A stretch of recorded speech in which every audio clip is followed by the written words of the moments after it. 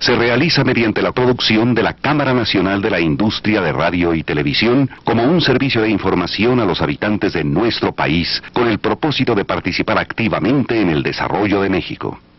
Muy buenas noches. A partir de este momento llevaremos a ustedes el debate en el que participan 3 candidatos a la presidencia de la República. Yo pensaba de los debates presidenciales, la verdad, lo que pensaban la mayoría de los ciudadanos, que eran muy aburridos, que eran grandes promocionales y spots de los candidatos, que ya habíamos escuchado además una y otra vez en las campañas que se hacen en los medios de comunicación. Todos los que habíamos visto un debate sabíamos que no habían sido ejercicios ni interesantes, ni tampoco para recordar, a la excepción de algunos grandes momentos que sí pasaron a la historia. En las últimas semanas me ha llamado chaparro, me ha llamado mariquita, me ha dicho la vestida. Me parece que por muchos años en México habíamos hecho una especie de mala simulación de los debates que se hacen en otros países desde hace mucho tiempo. Si pensamos en los debates que se habían hecho hasta ahora en México, conocíamos tal vez contenido, pero nunca a la persona.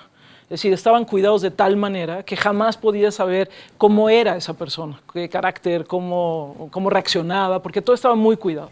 Los debates en México, por lo general, habían sido un intercambio de monólogos, en donde los candidatos miraban de manera tan fija a la cámara, con un director de cámaras tan acotado por las exigencias de los funcionarios de los partidos, que no se podía registrar lo que ocurría en el set, ni lo que ocurría con los otros candidatos.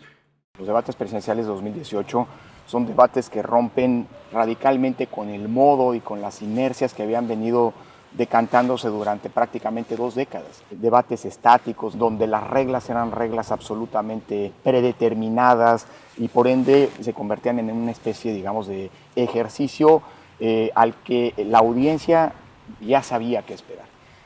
La primera parte comienza con una intervención de 8 minutos por cada uno de los candidatos. La historia de los debates presidenciales en México data del 94. En ese entonces fue la Cámara de la Industria de la Radio y Televisión quien organizó el primer debate entre solo los punteros. Ya la reforma electoral estableció que la autoridad electoral, en ese entonces el IFE, pudiera organizar, si así lo deseaban los candidatos y los partidos, los debates a la presidencia. Así se dieron las primeras intervenciones de la autoridad electoral que organizó junto con la CIRT los debates de 2000 y 2006. Cuando el IFE decide organizar los debates, lo que hace es sentarse con los representantes de los candidatos a definir el formato y las reglas del juego de los debates. El antidebate fue en 2012. El segundo debate, llegaron López Obrador y Peña Nieto, los 2 candidatos punteros, estaba la nación viéndolos y no se dirigieron la palabra en hora y media de debate. Se ignoraron el uno al otro. Dijimos, una cosa así no puede pasar, porque eso es el antidebate. El Instituto Nacional Electoral recibió una invitación para participar en una conferencia internacional donde estaban presentes los organizadores de debates en muchas partes del mundo. Creo que la principal lección que al escuchar las experiencias internacionales de esa conferencia fue: tenemos que movernos rápido en México si queremos que los debates de las elecciones presidenciales del 2018 sean distintos a lo que hemos tenido antes. La verdad es que sí hubo una voluntad por parte de los consejeros electorales, del Instituto Nacional Electoral en general, de cambiar los formatos. Y esta ya era una decisión tomada en el Consejo General, que justamente se tomó antes de que existieran ya los candidatos a la presidencia y los representantes de los candidatos ante la mesa de representantes. En el proceso de concepción, en la cocina de los debates, no estaban en la mesa tomando las decisiones centrales los propios representantes de los candidatos y los propios partidos políticos, como había ocurrido en el pasado. Haré una breve exposición sobre las reglas acordadas por los partidos conforme a las cuales habrá de desarrollarse este debate.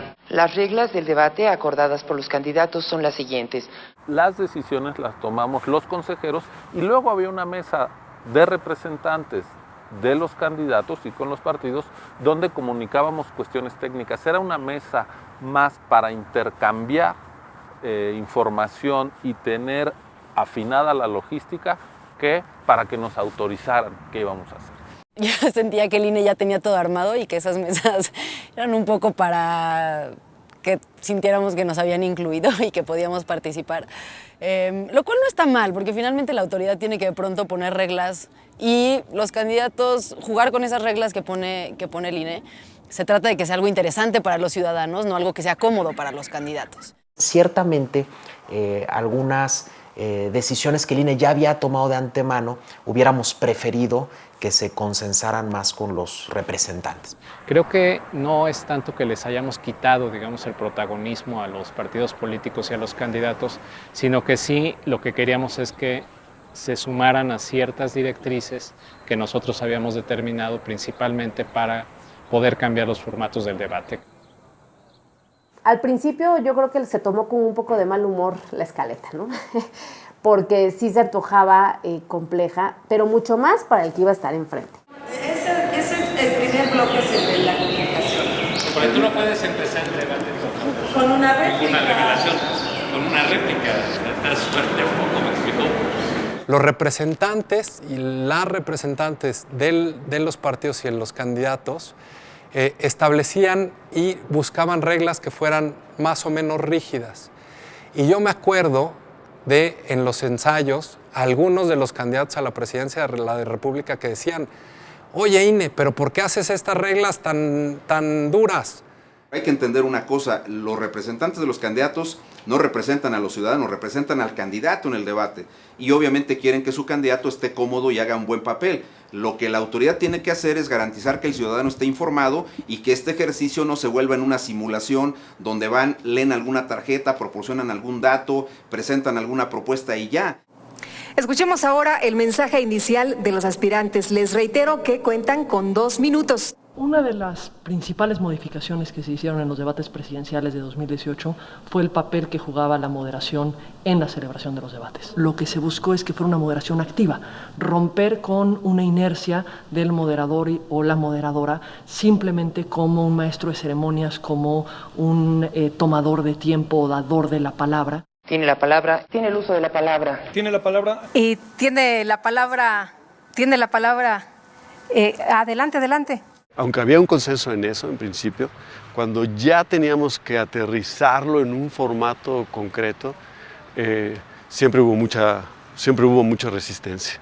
Tuvo bastantes resistencias por parte de los representantes de los candidatos por la preocupación de que pudiesen formular preguntas que resultaran incómodas para los candidatos, formular preguntas que implicaran un sesgo a favor o en contra de alguno de los contendientes, o ocupar un papel que tuviera preeminencia sobre los propios contendientes.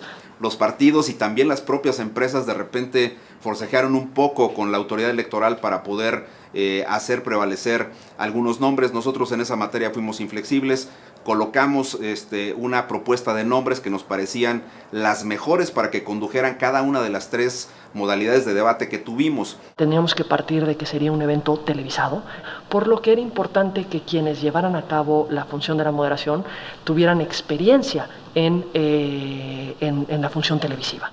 Porque hay que decirlo con claridad, aunque los partidos jamás van a opinar en contra de un comunicador, es un hecho que tienen sus filias, tienen sus fobias. El término de relación que se estableció fue precisamente el respeto al trabajo de los periodistas, en el que quienes definirían cuáles eran las preguntas que se formulaban, si había una interrupción o no había una interrupción, si se insistía con una pregunta o no se insistía con una pregunta, serían precisamente a quienes nosotros elegimos para llevar a cabo la moderación.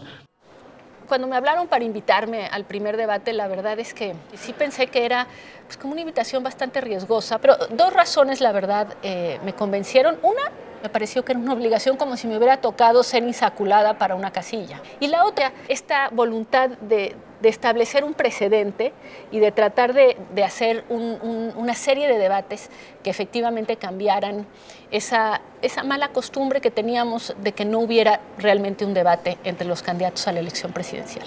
Me di cuenta que era un honor grandísimo para mí poder participar en lo profesional, en un parteaguas en el que se iba a convertir ese debate. Porque habíamos visto otros, pero este tenía una apuesta en particular, ser diferente, y tenía un nivel de riesgo importante.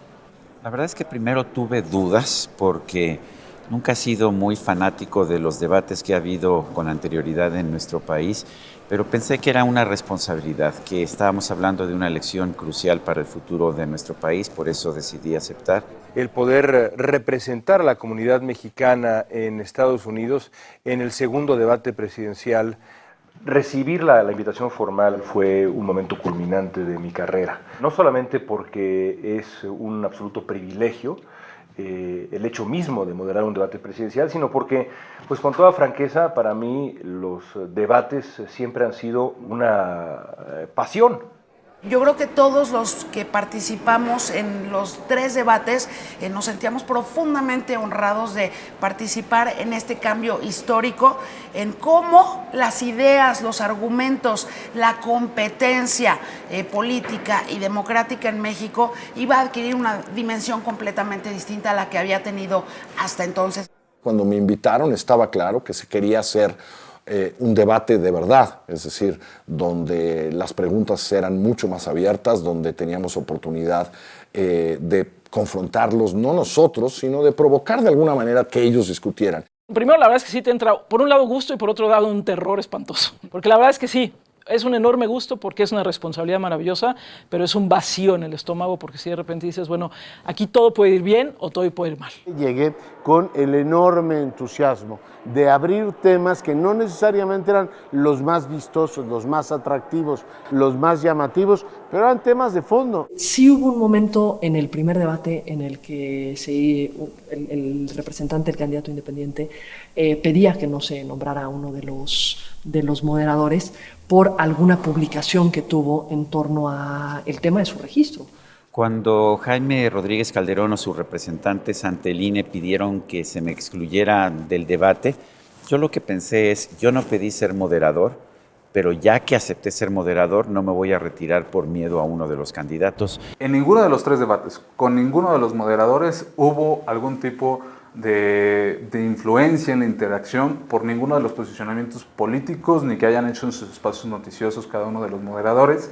Lo que hice fue, trabajé unos 2 o 3 días antes, me encerré, salía de mi programa de radio y me encerraba, estuve viendo los temas, los documentos que yo tenía, y el último día decidí ya no hacer nada. El día del debate quise ya desintoxicarme de toda la tensión, la presión de trabajo que habíamos tenido, y lo que voy a hacer es salir a andar en bicicleta. Hasta tuiteé mi foto andando en bicicleta. Yo empecé a ver con mucho mayor detalle las plataformas, las propuestas, la conducta del candidato. Empecé a tratar de embonar qué es lo que los ciudadanos queríamos escuchar, porque todos los debates, los políticos habían dicho lo que querían decir.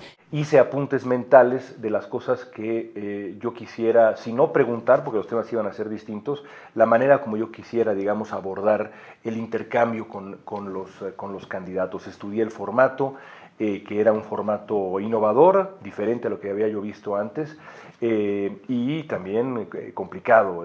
Te preparas lo más que pues yo dormí muy poco, estudié muchísimo, me reuní con todos los expertos de los temas que íbamos a tratar en el segundo debate, vi todos los debates en el mundo, no nada más los de Estados Unidos y de Chile, sino vi debates en Francia, vi debates en Reino Unido, vi debates en Italia. Me preparé con ahínco porque no son asuntos en los cuales uno pueda formular preguntas de manera general, ¿no? Decir, o de manera amplia, de cómo va a reducir usted la violencia. Bueno, eso no digo que no sea una pregunta válida, pero cuando tú hablas de educación, cuando tú hablas de los asuntos que nos tocaron, requería, por lo menos con la preparación que yo tenía, una exigencia profesional diferente. Ahora, la verdad es que sí me preparé, voy a hablar en primera persona, aunque sé que mis dos compañeros de debate lo hicieron también, yo me preparé mucho para ese debate. Es mucha la preparación si te la tomas en serio. Bienvenidos al primer debate presidencial 2018. Me parece que el primer debate presidencial permitió identificar que la moderación activa no implicaba en sí misma el que hubiera un protagonismo por parte de las moderadoras y del moderador, que eran el papel de ellas y de él era precisamente guiar la conversación de los candidatos y de la candidata. Haciendo eco a las demandas de la sociedad civil, le pediría una respuesta a lo siguiente. Que haya varias personas como moderadores ayuda, cambia el tono, le quita el tono monocorde a las preguntas, genera otro tipo de energías. Ser moderador con tan poco tiempo para exponer y al mismo tiempo preguntar, pues también es un reto, ¿no? Nosotros estábamos apostando a sentar un precedente que mostrara que podían haber moderadores que hacían preguntas, que las preguntas eran reales, es decir, que no eran ni pactadas con ellos, que eran duras, pero que al mismo tiempo ellos no se sintieran tan amenazados como para romper ese pacto que se requiere de la institución electoral, de los candidatos y de los moderadores. Creo que ese punto era el que teníamos que encontrar y no parecía tampoco ser ni tan evidente ni tan fácil. ¿Qué ocurrió mal? ¿Qué se hizo mal en este gobierno del que usted formó parte tan centralmente, como lo decíamos, en 3 secretarías? Siempre esa fue nuestra preocupación, que de pronto los moderadores o las moderadoras pudieran caer en esa tentación de querer pues figurar y querer, digamos, poner en jaque a un candidato en particular. Algunos de los moderadores sí se excedían un poco, no lo digo solamente yo, todos los candidatos, todos los representantes de los candidatos en los mesas de debates coincidían un poco en ese papel protagónico que jugaban los moderadores. Creo que actuaron en todo momento con equidad, con imparcialidad, con neutralidad. Más bien consideramos que el formato en sí propiciaba que los moderadores tuvieran un rol demasiado protagónico. Que permitan que México potencie. Permítame regresar al tema de la banca. ¿Usted está hablando de expropiar un banco? Sí, pero no la tenemos banca. Que basar. Dígame si me está diciendo que estaría dispuesto a expropiar un banco. Banamex. Me parece que en el segundo sí pecaron de protagonistas los moderadores. Inclusive uno de ellos, me parece que en el caso particular de José Antonio, se tornó hasta grosero. Hay una línea que se cruzó, una línea del respeto que se cruzó y que no fue un resultado positivo. Y me sigue pareciendo absolutamente fundamental la idea de desacralizar a los políticos en general y a los candidatos presidenciales también. Eso no quiere decir faltarles al respeto, pero sí quiere decir asumir que uno tiene la obligación como periodista de exigir respuestas. Se equivocó como canciller, debió ser más firme con Trump en su momento. Usted ya estaba en sede Sol, eso es cierto, pero declaró que la visita de Trump había servido a México. De un gobierno. ¿Se equivocó el presidente Peña Nieto, sí o no? Déjame luego que te conteste. Lo climático de París. Eso ya no lo dijo. No, permítame usted a mí. Le pido una respuesta binaria. Bueno, era parte del juego, ¿no? Había que hacer preguntas incómodas, había que ser incisivos, o esa era la determinación y el mandato hasta personal, subjetivo de los periodistas, pues tenías que ser muy, digamos, puntilloso y capaz de poner contra la pared a todos los candidatos, ¿no? Como resultado de ese segundo debate, varios representantes estábamos molestos o inquietos, vamos a decirlo así, por, digamos, actitudes que tuvieron algunos moderadores. A mí me pareció que cuando los representantes de los candidatos, no sé, una representante de José Antonio Meade que vino y dijo, me parece que fueron demasiado protagonistas los conductores del segundo debate, hay que quitarles tiempo, no queremos que expongan demasiado a los candidatos. A mí me pareció que eso era también parte de la propia tensión que los partidos, que los representantes de los candidatos están viviendo. En particular, lo tengo que decir yo, propuse que los tiempos de referencia que tenían los moderadores para formular su pregunta, ¿sí?, también estuvieran acotados. Yo prefiero que nos acusen de haber hablado demasiado a que nos acusen de cualquier otra cosa de esas a las que México está acostumbrado a acusar. La pregunta general para usted y para el resto de los candidatos: ¿qué medidas tomará usted como presidente de la República para combatir la violencia? Un debate no deja de ser un show televisivo. Y si tú abres un programa de televisión con el segmento más aburrido, le estás diciendo a la audiencia que va a tener un programa soporífero.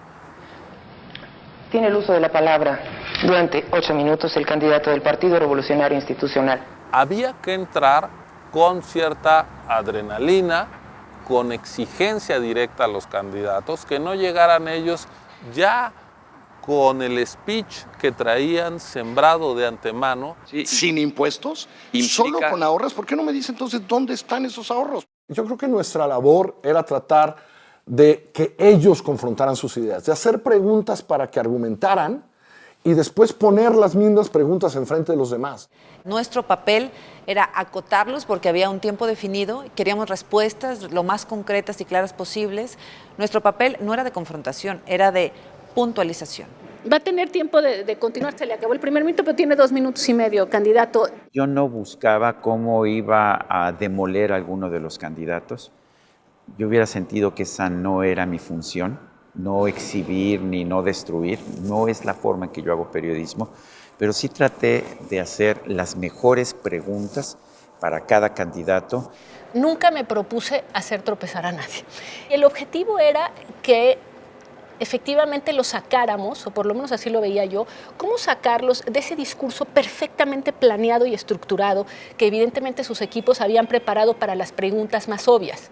En Mérida no tuvimos ninguno de los tres ninguna idea de tener una pregunta demoledora, una pregunta que confundiera a un candidato.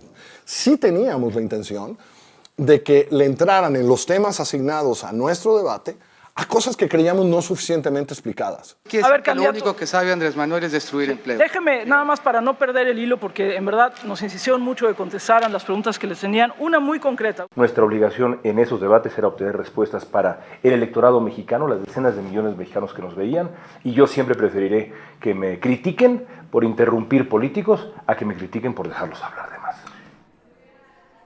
Creo que en términos de producción, los debates del 2018 también dejaron un precedente muy importante porque elevaron los estándares, por así decirlo, de producción de debates presidenciales, al menos en nuestro país, pero por los comentarios que escuchamos en la comunidad internacional de organizadores de debates, creo que también internacionalmente la producción de los 3 debates presidenciales recibió opiniones muy favorables de los expertos. Y además todos vamos a ir al aire, señores.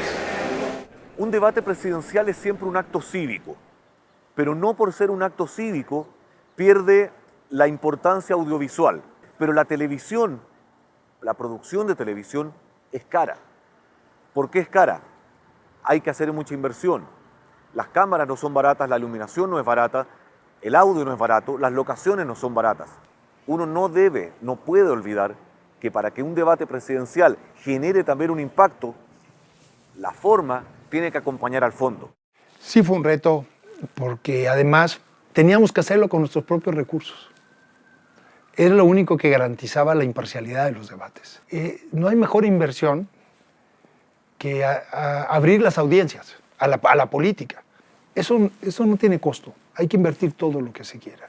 Porque eso depende que la ciudadanía acuda el día de la jornada con la mayor información posible.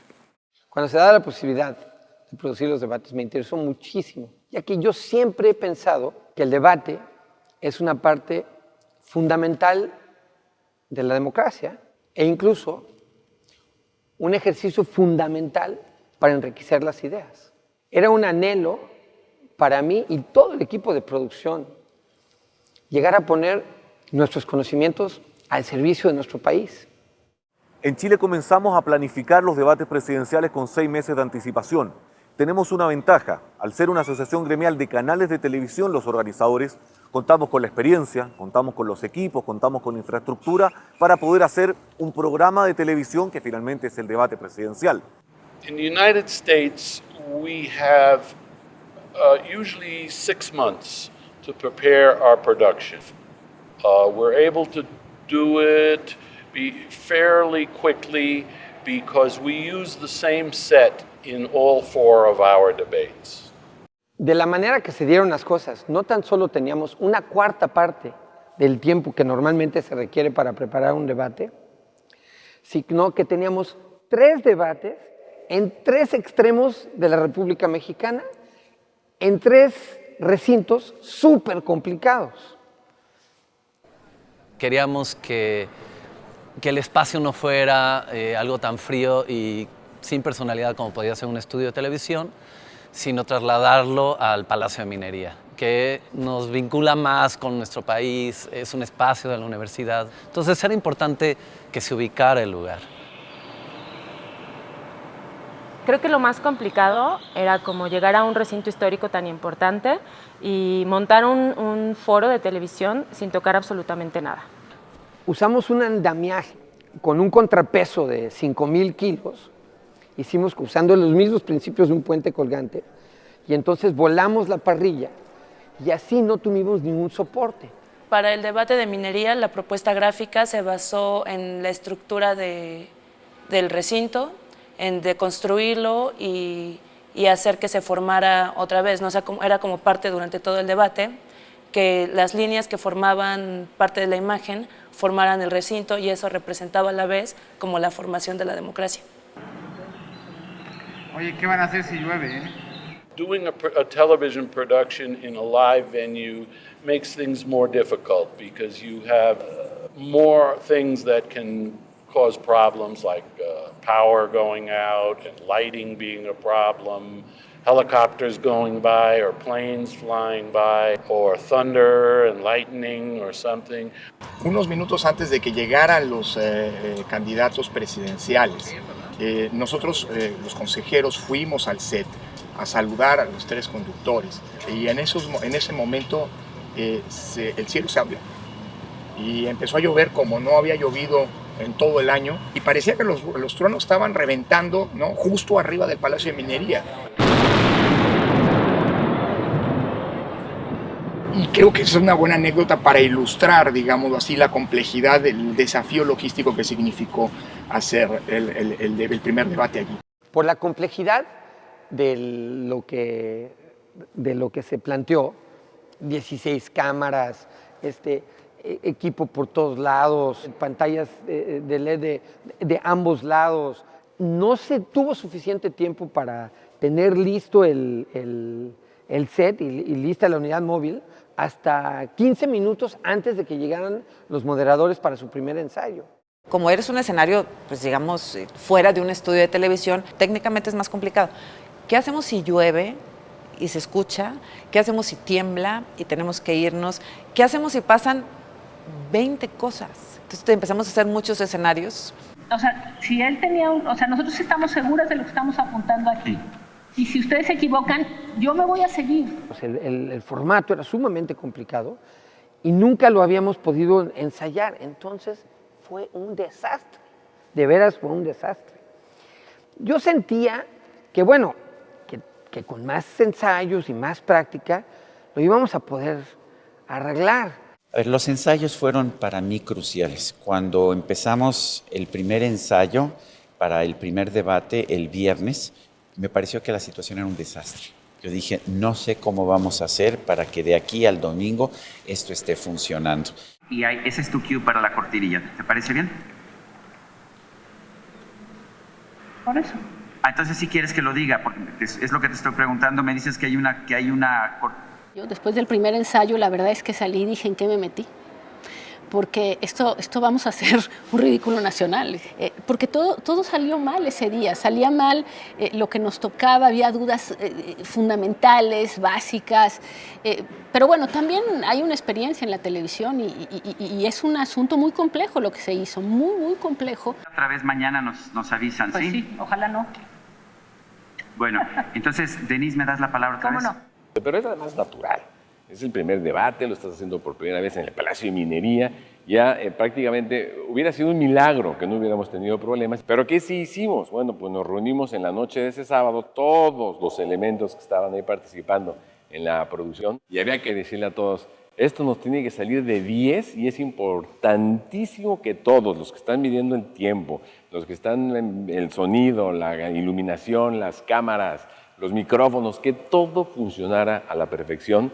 Esta dificultad del primer ensayo nos sirvió para que entre nosotros nos pusiéramos de acuerdo incluso si la producción fallaba. Los moderadores siempre trabajamos en equipo. Creo que desde el día 1, desde el minuto 1, cuando nos vimos en la primera junta, entendimos que esto era un reto mayúsculo, que teníamos que trabajar en equipo, que teníamos que apoyarnos, respaldarnos, darnos sugerencias, hacernos observaciones, y lo hicimos así todo el tiempo. Fue muy importante, por supuesto, la relación con los otros moderadores, por supuesto. Íbamos realmente a jugar en equipo, sabiendo que estaba en el interés de todos que saliera perfectamente bien.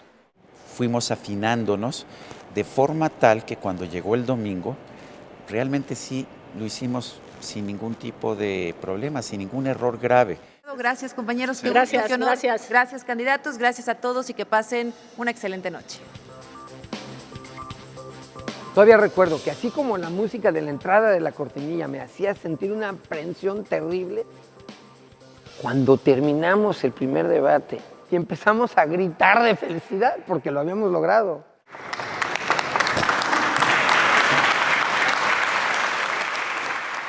Una lluvia de aplausos, de alegría, por ahí algunas lágrimas, porque la verdad había mucha tensión y cuando se cierra el debate, pues de verdad no quedó más remedio que gritar y aplaudirnos y decir, lo hicimos bien, el trabajo estuvo bien hecho, no era una misión imposible, se pudo lograr y lo logramos bastante y razonablemente bien.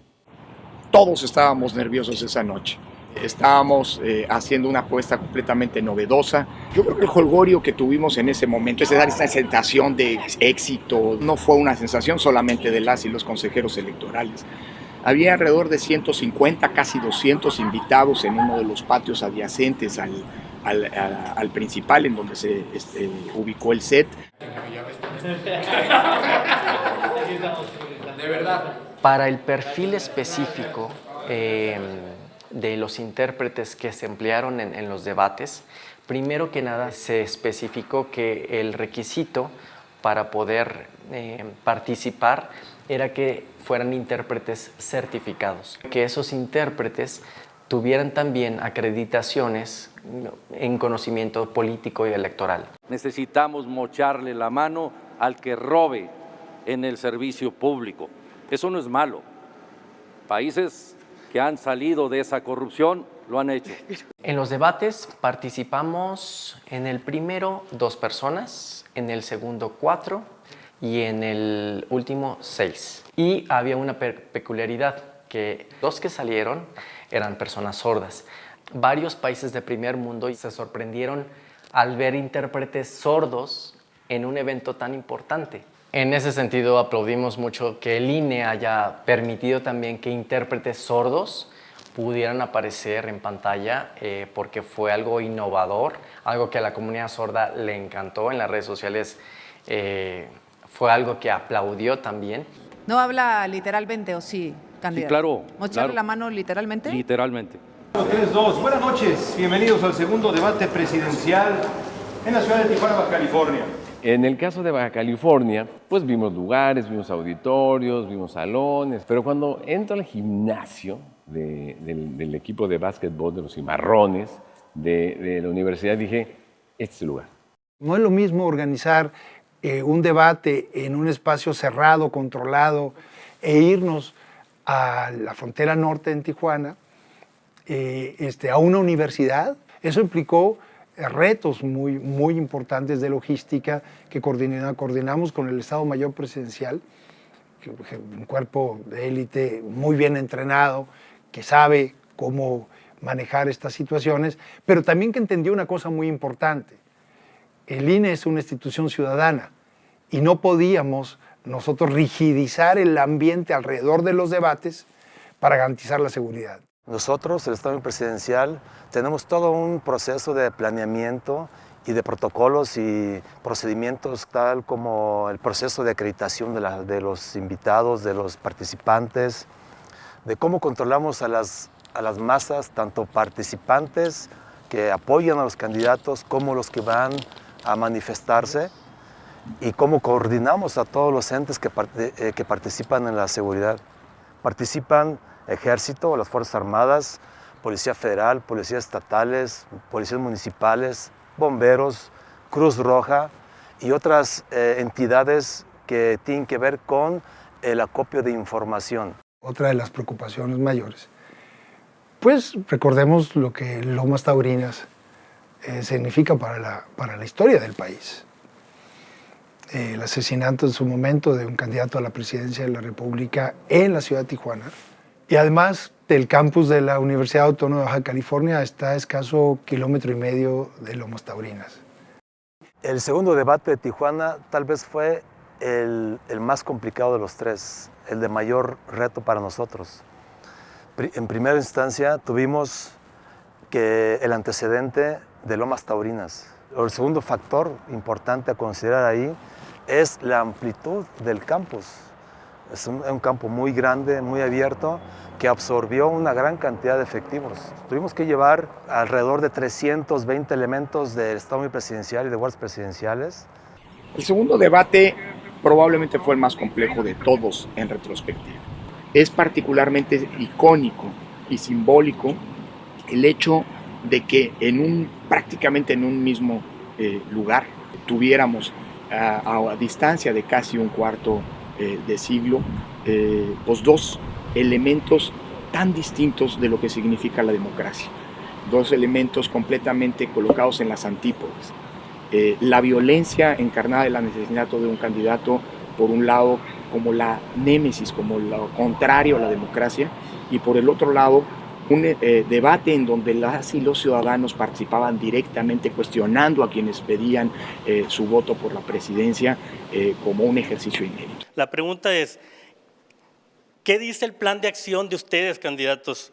Cuando llegamos aquí a conocer el gimnasio de básquetbol de los Cimarrones de Baja California, pues nos dimos cuenta que sí, efectivamente tenía varios problemas técnicos, pero de igual manera me di cuenta que era un gran acierto, porque esta iba a ser la primera vez que había público presente en un debate. Y en todo el país hay una cancha de básquetbol en la primaria, a donde de igual manera se junta la comunidad a debatir las decisiones que se toman en la comunidad.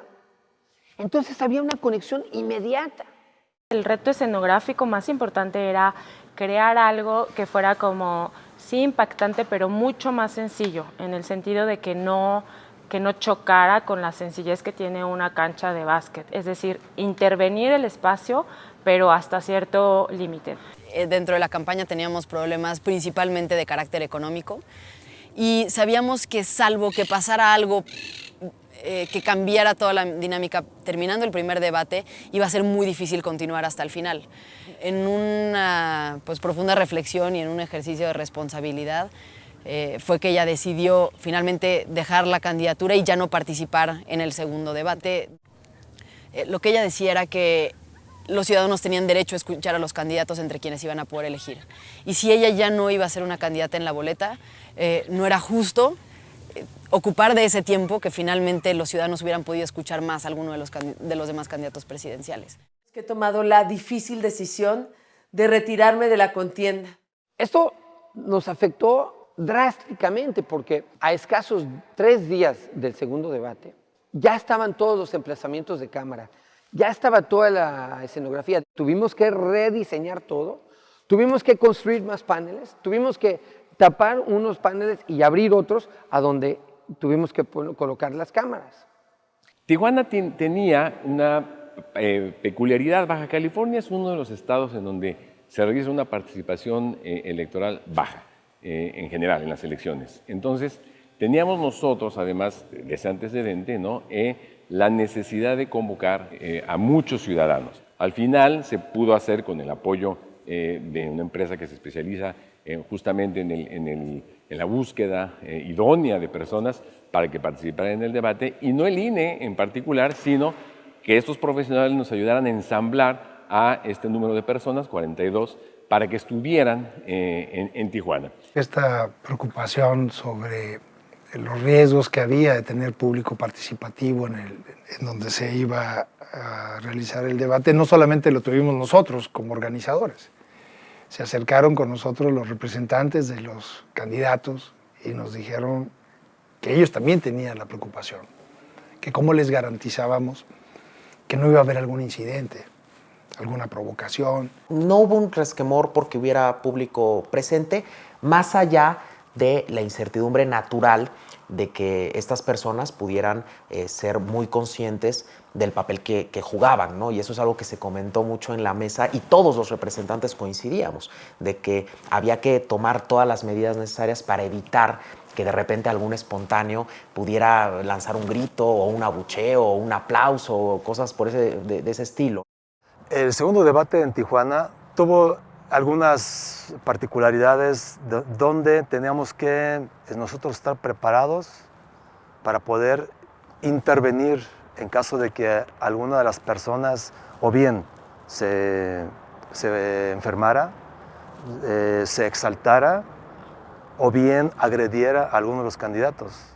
Con este riesgo en mente, nos dimos a la tarea de ensayar los posibles escenarios con los moderadores y con el Estado Mayor y con la gente de seguridad y la producción.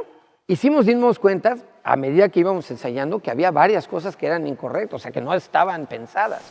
Sonrían otra vez, muchachos. Toma dos, toma dos. El tema de los ensayos en Tijuana fue brutal y fue absolutamente confrontativo tanto para León como para mí, y me atrevo a decir que también para las autoridades del INE, porque ensayamos con público presente. No fue el mismo público, evidentemente, que participó ese domingo durante el debate. Y la producción nos sometió a escenarios muy severos. Practicar qué haríamos si de pronto alguien en el público se parara fuera de orden y comenzar a hablar sin querer soltar el micrófono, o de pronto a violentar el foro, a agredir a alguno de los candidatos. Nos han querido echar un montón, pero más algo ahí en el público, por favor, que se atención. No se me muevan, por favor, ustedes no. Fue tan imponente que sí sacó de quicio pues, a la moderación y a la producción. Y entonces tuvimos que revisar de nuevo los protocolos para estar listos por cualquier eventualidad. Lo cierto es que en televisión en vivo, y cuando estás rodeado de 100 personas, más 4 candidatos presidenciales, absolutamente cualquier cosa puede pasar. Nos acompaña, por supuesto, un público que participará a lo largo del debate. Una vez que fueron seleccionadas estas personas, ellos trabajaron en entera libertad e independencia del instituto con los moderadores, con quienes tuvieron alguna suerte, digamos, también de ensayo, de explicarles de qué se trataba, de que era un debate presidencial, pues requería preguntas específicas para los candidatos, etcétera. Pero ese trabajo lo hicieron los moderadores con los ciudadanos y las ciudadanas. Están aquí los moderadores. Ellos nos ayudaron para formularlas de la forma correcta. Pues ellos ahorita están eligiendo las preguntas mientras nosotros esperamos. León y yo acudimos y realizamos un trabajo muy importante con ellos, porque evidentemente todos ellos traían preguntas que querían realizarle a los 4 candidatos presentes, o alguno de ellos en particular, pero no sabían muy bien cómo se planteaban, no sabían muy bien de qué extensión. Recuerdo haber ido al lugar en donde se concentró finalmente a los, si no me equivoco, los últimos 60. Entrar aquí al salón, la verdad fue muy emocionante.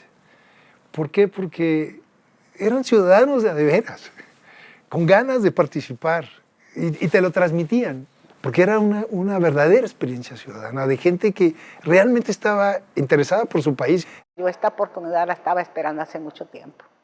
Y qué mejor que esta, del debate, para decir lo que, pues de lo que hablé, ¿no? De la corrupción. Yo decía, ¿a quién le digo ¿quién me va a hacer caso? Nadie, pues todos se tapan con la misma cobija, decía yo, ¿no? Y yo quiero saber qué pueden ser algunos de ustedes, por eso. Había una emoción muy fuerte, todos queríamos estar adentro del set. Primero que nada, todos hicimos 2 preguntas que los moderadores iban a verificar y ellos iban a decidir quiénes iban a preguntar. Pero ninguno de nosotros, de los que estábamos en el set de los 42, sabíamos quiénes iban a ser los que iban a preguntar. Sí, era una emoción tras otra emoción el que nos dijeron que no nos iban a decir quién iba a hacer la pregunta, sino hasta el mero momento. Y cuando salgo a televisión, entonces es la parte que la gente te empieza a mandar memes, te pasan a decir, ¿eres tú? Oye, ¿sí fue cierto? Oye, ¿no te fabricaron la pregunta? Preguntas muy comunes, ¿te pagaron?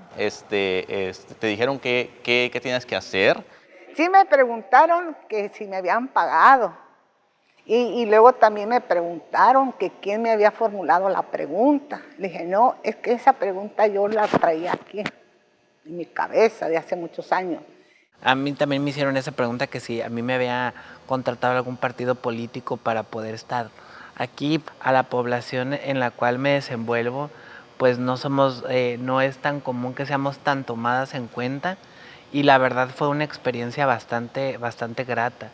Ahora viéndolo en retrospectiva, pues el público estuvo muy tranquilo, no pasó nada. Sí, pero nosotros no teníamos manera de saberlo.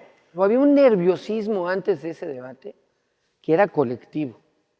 La realidad es que las y los ciudadanos que participaron nos dieron una lección de civilidad y sobre todo, y lo digo como presidente del INE, es decir, a la autoridad electoral la llevaron a tener esta lógica de humildad y de aceptar que a lo mejor nos habíamos equivocado en nuestro juicio o en nuestros temores respecto de las y los ciudadanos. Creo que ese fue, lo digo en el plano personal, un momento en el que, en una lógica de reflexión interna, yo me dije, confía en los ciudadanos y no te vas a equivocar. Si el INE confía en los ciudadanos, el INE va a llevar a buen puerto esta elección. A mí el que más me gustó fue el segundo. Fue el tipo town hall, donde los candidatos se sintieron mucho más relajados, no solo José Antonio, donde además el hecho de que hubiera público le daba una experiencia distinta realmente de un debate que hubiésemos tenido antes en México. En el segundo debate, él, al contrario del primero, encontró personas, interlocutores, con preguntas concretas, entonces también dirigió su discurso y pudo como comunicar mejor en la medida en que podía ver a los ojos y podía ver quién estaba escuchando y podía percibir y ver sus reacciones. Eso también ayudó a que fue un discurso un poco más suelto, hasta gestos, ¿no? Como el momento anecdótico que se comió el segundo debate, que fue el intento de acercar a Andrés Manuel por parte del candidato de Anaya, y él, por una intuición y por una manera de reaccionar, además con mucha viveza, pues se saca el tema de la cartera, que no estaba preparado, no era un sketch preparado. Claro, voy a cuidar mi cartera. Claro, y entonces la parte importante... Creo que el tono de la discusión en el segundo debate fue mucho más pobre, es decir, no se estaban contrastando ninguna de las ideas, era un tema de intercambio de acusaciones, inclusive de ofensas, pues que de alguna manera no abonaban en nada a la discusión política. ¿Ustedes creen que cualquiera de estos tres pueda hacer el trabajo de presidente? Si se le han pasado todo el debate peleando entre ellos. En el caso de Jaime Rodríguez, él prefirió mantenerse al margen de esta discusión, hasta el caso de que les tuvo que decir, dejen de pelearse. Andrés, dale un abrazo a Mid. Dáselo. Dáselo, pues. Riquín Canallín es evidente que estaba preparado, era una frase, no para el debate, pero sí era una frase hecha, como las mentiras de Anaya. Canallín, Riquín Canallín. Y evidentemente esta parte natural de él, de comportarse, pues que fue lo que se fue más sonado y lo más comentado, y finalmente la imagen que se llevó el debate, pues fue totalmente espontánea. Bienvenidos al Gran Museo del Mundo Maya de Mérida, porque los mayas aquí estamos. Bienvenidos. Cuando llegamos al museo, al Gran Museo del Mundo Maya, pues aquí obviamente también nos encontramos con varios retos. Para esto, el museo nos apoyó la museografía, prestándonos las piezas que tenían ellos. Replicamos todo el espacio de la mejor manera, materiales idénticos, medidas idénticas, iluminación, e incluso hasta las bases en donde las piezas del museo están colocadas, las hicimos del mismo material, de la misma medida. La propuesta gráfica para el debate en Mérida, que fue en el Museo Maya, principalmente fue hacer que conviviera toda la simbología maya y obviamente el recinto. Para mí la idea de candidatos sentados me sonaba y me sabía un poco incómodo para ellos. La sorpresa fue que ese fue, desde mi punto de vista, el debate en donde los candidatos estaban más cómodos. Pese a que yo decía que no fuera en esa mesa redonda, pues ahí sí el argumento de la producción fue contundente. Creo que para el ejercicio fue perfecta, porque permitió sí disminuir un poco la agresividad, porque al final no se están moviendo y por lo tanto no se están echando el cuerpo, pero a la vez estás tan cerca y que permite, digamos, como una familiaridad e ir sacando las cosas. Y el posicionamiento de las cámaras nos daba una vista más íntima. El espectador podía sentirse que estaba sentado en la misma mesa con los candidatos. Yo creo que si no hubiésemos ensayado, preparado, revisado, la posibilidad, porque es realmente un asunto muy complejo, de tropezarte, de equivocarte con el tiempo, de equivocarte en el momento de dar la palabra, que son cosas nimias cuando uno conversa con la gente, pero que en presentación, digamos, de televisión nacional y con los niveles de audiencia que teníamos, cualquier tropiezo, cualquier momento es fatal. A mí los ensayos me parecieron fundamentales. Me parece que eso fue lo que hizo que nos resultara un debate bastante limpio en muchos sentidos. Haber estado ahí ensayando, repensando, hablando con mis colegas. Fue un momento muy importante para hablar con Leonardo y con Gabriela de cómo nos sentíamos y cómo nos veíamos. Ensayamos cosas que tenían que ver con la realidad. Como era un ensayo lo más divertido del mundo. Y teníamos una cosa muy notable a funcionarios del INE que con una gracia y una capacidad enorme de improvisar, de plantear efectivamente escenarios distintos, ellos hacían las veces de candidatos y nos permitían ir efectivamente jugando con distintas opciones de pregunta. En el debate de Mérida, la decisión que se adoptó en el Consejo General del INE fue que la moderación pudiera aprovechar la participación ciudadana a través de redes sociales para que formularan por lo menos las ideas generales, las temáticas fundamentales que preocupan a la ciudadanía sobre los temas específicos que se iban a abordar. A Facebook le pareció sumamente interesante la propuesta justamente de integrar dentro del tercer debate lo que se estaba conversando en redes sociales.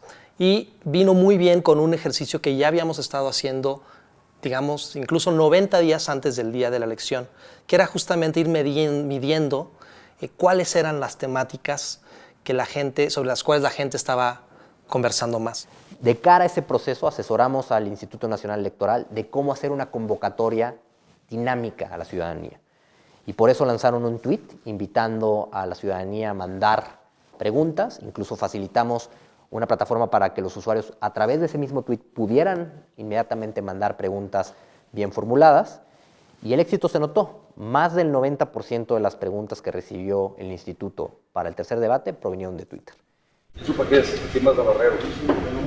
Al final nos van a barrer, nos van a recibir. Yo sigo sintiendo que en general para los candidatos los debates son un mal necesario. Yo estoy segura de que si pudieran brincárselos, se brincaban los debates. Y lo notas porque en general no ves que estén disfrutando incluso el momento del debate, el momento de la confrontación. Hubo ensayos e invitación a los candidatos presidenciales para que acudieran a los recintos donde se realizaban los debates y vieran que en efecto estábamos poniendo como autoridad electoral las condiciones de igualdad y de equidad necesarias para que ellos pudieran hacer el debate presidencial y se concentraran en la respuesta a las preguntas que la moderación de manera completamente libre les iba a formular. ¿Quién entregó el sistema bancario mexicano al extranjero? No vayan a chismear, cabrón. Esto no lo voy a decir mañana. Fue una medida muy acertada del área de comunicación del INE, que estableció un día de reconocimiento de los candidatos de la escenografía. Porque Era un formato completamente nuevo, había que explicarles dónde estaban las cámaras. Que vamos por las mujeres, que vamos a abrirle espacio para que cualquier mujer pueda soñar con ser presidenta de la República. Gracias, gracias. Para Margarita y para la campaña en general, los debates tenían un valor fundamental porque era el único momento en el que íbamos a estar en igualdad de condiciones con los otros candidatos frente al público. Los debates representaron quizá la mejor oportunidad para darse a conocer en este proceso electoral. Al ser un candidato independiente y no contar con medios pues ni comprados, ni tampoco medios, tiempos oficiales del Estado, pues los debates se convertían en un nivel de exposición pico durante toda la campaña. Evidentemente, por la dinámica de la campaña había poco tiempo para preparar el debate. Previo al debate en las giras se iba preparando, es decir, preparando materiales, poniendo a prueba los discursos. También es una parte que nadie tomó en cuenta, cómo Andrés Manuel se estaba preparando para el debate en las plazas públicas, viendo qué frases funcionaban, viendo qué fraseos y explicaciones de los temas y las propuestas tenían mejor recepción. El equipo de comunicación se preparaba intensamente viendo videos, discursos, incluso sus planes de trabajo para intentar ver por dónde iban a venir las posturas de cada uno de ellos y finalmente para hacer que la postura de Margarita realmente contrastara con las otras. José Antonio Meade se preparó con mucha seriedad, estudió bien las reglas de los debates. Se preparó sobre todo en calcular los tiempos. Había que ser muy estricto en los tiempos. José Antonio trató de escoger cuáles iban a ser esas balas que iba a posicionar como mensaje y también como contraste. La preparación de Jaime Rodríguez para el debate, pues muy acorde a su personalidad. Era una preparación realmente relajada, más allá de entrenamientos, porque tampoco era la idea ir a hacer una actuación o ir a hacer algo fingido. Ricardo Anaya es una persona muy meticulosa, muy disciplinada, muy estudiosa. Y en ese sentido, pues sí, en efecto, él se preocupaba pues, por prácticamente todo, ¿no? Desde los tiempos, los temas, hasta ya el día que fuimos a hacer las pruebas ahí al Palacio de Minería, pues cómo iban a estar las cámaras, dónde iban a estar los moderadores. Nunca dejó de concentrarse y de tomar con mucha responsabilidad los debates, ¿no? Que contrastó en su momento con algún candidato que decía, ni he leído las reglas, ¿no? Quien finalmente tomó más en serio el debate fue él, porque es decir, sí, tengo a mis adversarios a un lado, ellos me quieren vencer, pero al que le tengo que dirigir mi discurso y al que tengo que convencer está atrás de la cámara. Fíjate, eso es parte interesante de su preparación para el debate, quizá entender cuál era el formato de ese debate. Él sabía cuánto tiempo tenía, cuándo podía interrumpir, cuándo podía solicitar la palabra. No me dejaste terminar. Me debes dejar de terminar cuando yo no había terminado el minuto. No sabía yo que lo había interrumpido, pero puede usted proceder. Bien. Los candidatos son al final de cuentas actores, son ingeniosos, siempre quieren sacar ventaja, saben que el árbitro les ha puesto reglas, pero ahí buscan jugar un poquito al filo de la navaja. Esos son los políticos de México, pero también los políticos de todo el mundo. En el mundo es un crecimiento del 4%. Candidato, nos dicen por ahí que está sacando un celular. Estaba viendo la hora. Y que no está permitido sacar el celular. El elector o el ciudadano que ve un debate ya tiene una opción política, un candidato en mente, y en el debate regularmente va a corroborar lo que ya sabe. Lo que acaba siendo frecuentemente más relevante es qué es lo que pasa con esa información que se da en los debates. Los debates sobre todo ratifican las convicciones de quienes ya tienen un punto de vista establecido y sirven para que tomen una decisión aquellos que están indecisos al momento del debate mismo. Anaya Peña. Aquí hay fotos tuyas con Peña, mira. Mira, sí, en el debate. Este es López Obrador con Peña, en miren. el debate. Este es López Yo no Obrador lo he visto, con Peña. No lo he visto a Peña Es tiempo de réplica en 6 años. Aquí estás con Peña. ¿Puedo terminar? Candidato Anaya, es tiempo de réplica del candidato Sí. López Obrador. Es que él también se No toma lo he fotos visto, con Peña y no lo él he pactó visto con Peña. en 6 años. ¿Pactaste No lo he con él visto. sí o no? No. Y estos debates nos demostraron que cuando el formato de los debates se vuelve entretenido, se vuelve un contenido que detona conversación en redes sociales, nos damos cuenta que está teniendo un impacto en la sociedad y por lo tanto está alterando, está impactando en la manera en que toman la decisión de voto. Me parece que las encuestadoras pues estuvieron muy pendientes de entender qué pasaba con la intención de voto y quién ganaba, digamos, quién iba ganando en términos de intención de voto, pero no tanto quién ganaba los debates. Estamos 25 puntos arriba en las encuestas y están pensando que se van a recuperar aquí, que van a remontar su desventaja. Pues es difícil definir si alguien gana o no un debate presidencial. Llamó la atención que en algunos medios se hicieron algunas encuestas, que son encuestas con un muestreo muy pequeñito. Ahí habría que ver cuáles son las variables que los medios plantean para que la gente decida por qué lo ganó.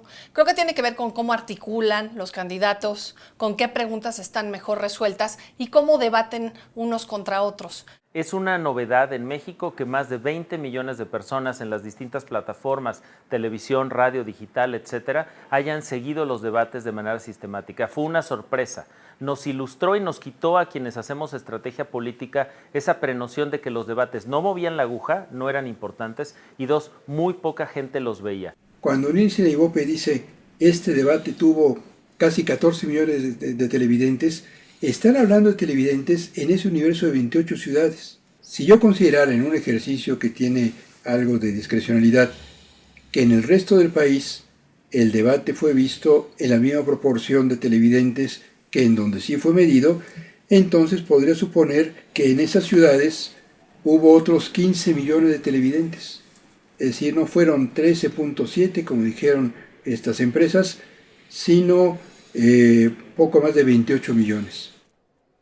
Sin la conversación digital no puedes entender el efecto de los debates. Nosotros decíamos, entre más memes, más impacto tuvo el debate. ¿Por qué? Porque genera más conversación.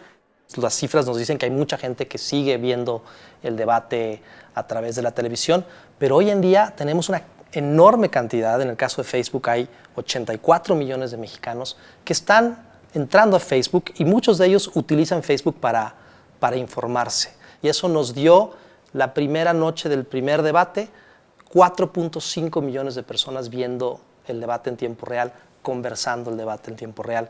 En los debates, en cada uno de ellos, vimos una participación superior a los 2 millones de tweets de todos los sectores y todos los aspectos.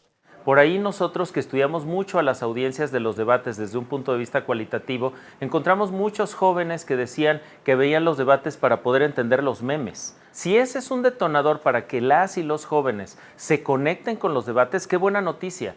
Las conversaciones que giraron alrededor del debate fueron completamente entretenidas, divertidas, los memes, ¿no?, que surgieron alrededor de esto.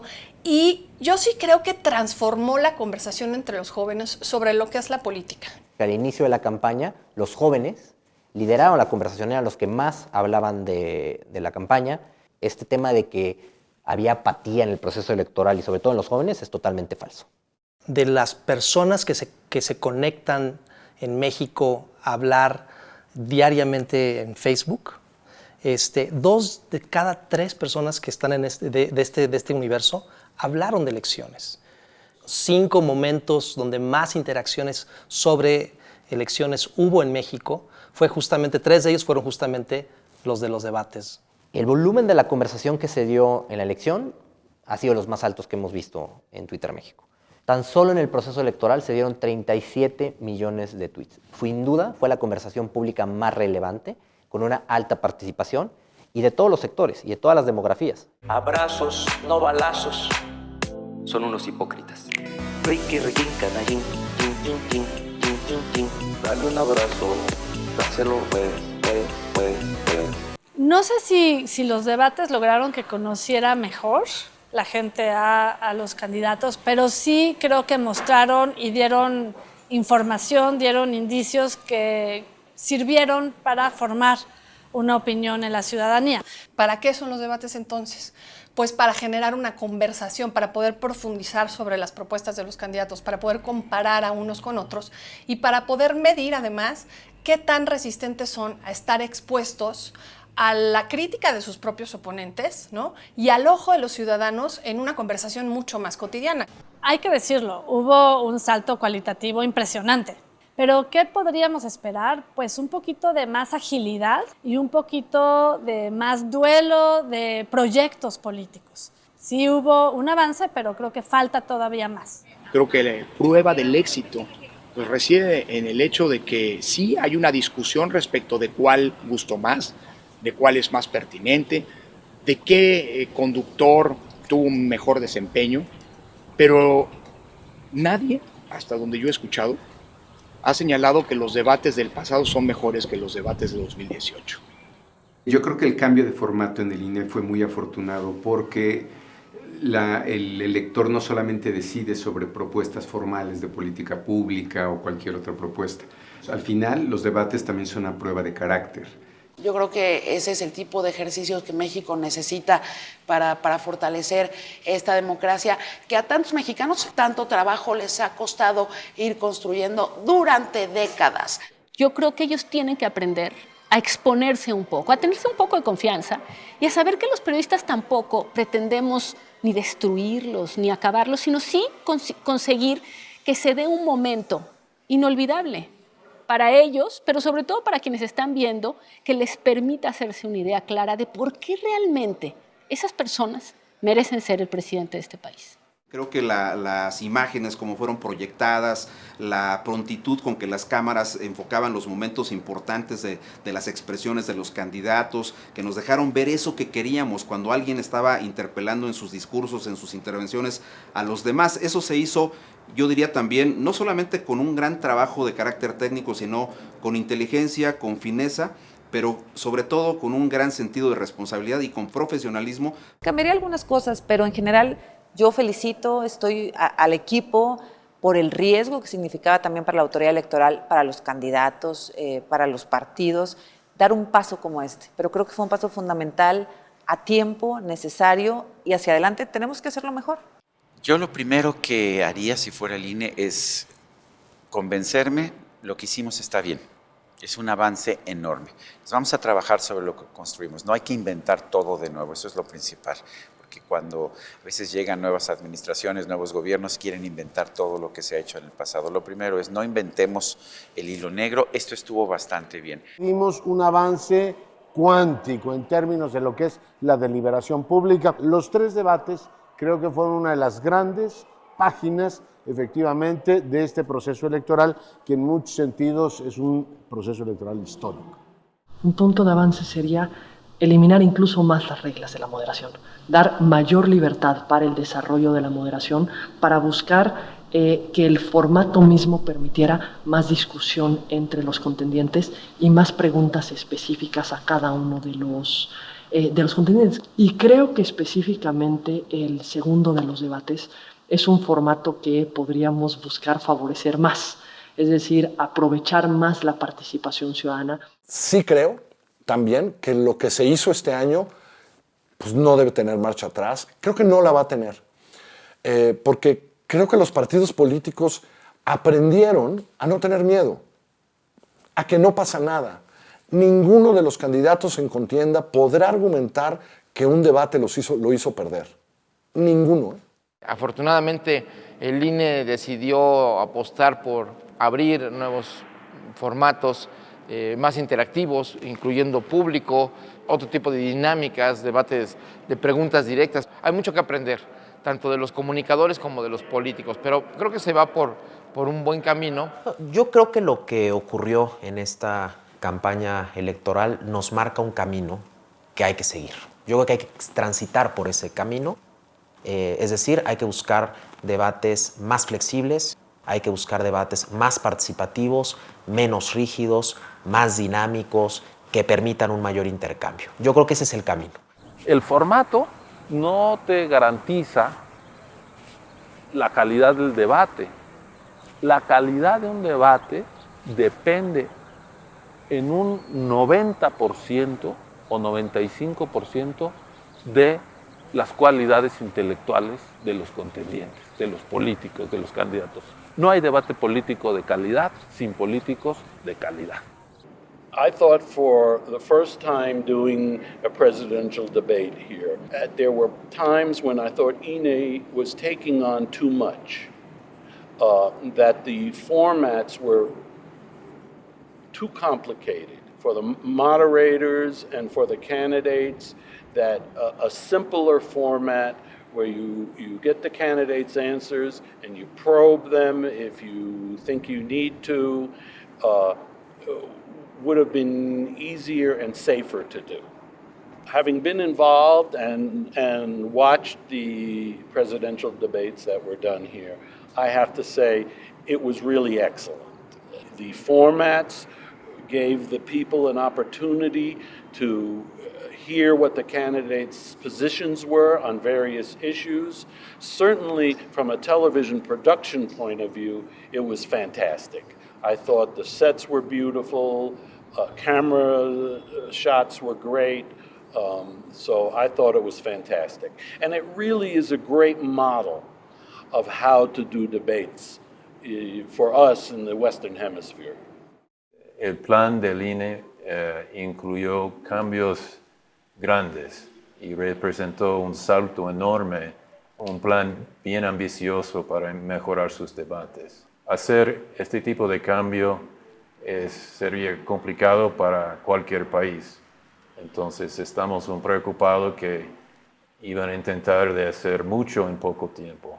Lo que logró México realizando 3 debates presidenciales en 3 lugares distintos, con 3 formatos distintos en tan poco tiempo, sin duda va a transformarse en un caso de estudio para el resto de los países.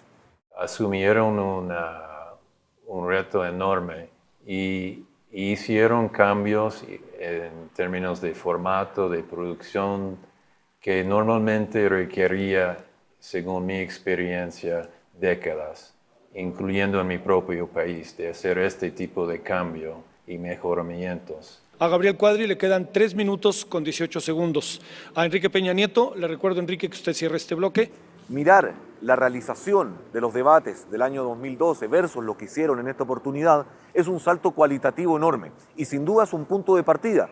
Ni siquiera la audiencia permitiría a futuro que el próximo debate presidencial no tenga al menos la base del punto de vista de puesta en escena, de show, que tuvieron los debates presidenciales últimos. Creo que esa apuesta que hizo el Instituto Nacional Electoral funcionó muy bien y creo que ahora en el INE deberíamos estar pensando en los debates que vienen hacia adelante, en cómo, al menos en algunas elecciones de alcaldes y presidentes municipales, ir también promoviendo la práctica del debate. La cultura del debate es algo que nos hace falta, un debate que sea respetuoso de las personas, pero muy ríspido con lo que dicen las personas, que es algo que no hemos sabido hacer. Aquí parece que si tú estás en desacuerdo con alguien, le estás faltando el respeto a la persona. Y dice el filósofo Fernando Savater, todas las personas merecen respeto, pero no todas las ideas de las personas merecen respeto. Hay muchos disparates que hay que confrontar y hay que desacreditar, y para eso son legítimamente los debates. Tenemos una cultura muy tradicionalista en el sentido de ser, insisto, muy correctos políticamente, quedar bien siempre, ¿no? Yo creo que hay que reconocer que en la diferencia nos enriquecemos, porque finalmente somos distintos, opinamos distinto, tenemos ideas distintas. Y si bien los debates no nos van a resolver mágicamente nuestros atavismos, sí pueden ayudar mucho a acercarnos. Los debates son un momento en donde la diversidad de opiniones se contrasta, la diversidad de propuestas se contrapone, pero ocurren de manera respetuosa y de manera civilizada. Los debates al final no son para ver quién ganó, quién perdió. Los debates son para generar más información y mostrar a los candidatos tal como son. Algunos más rígidos, algunos más sueltos, algunos más chistosos, otros más formales. En fin, de eso se trata los debates. El primer debate ocurrió en 1994, el primer debate presidencial, y 24 años después estábamos literalmente haciendo historia con una apuesta no menor, con muchos riesgos detrás, pero que en ese momento se constató valieron la pena. Creo que sería demasiado ambicioso pensar que con 3 debates cambiamos la lógica en que la política se realiza en nuestro país. Pero lo que sí dejaron los debates de 2018 es evidentemente un nuevo paradigma que va a ser muy difícil de revertir.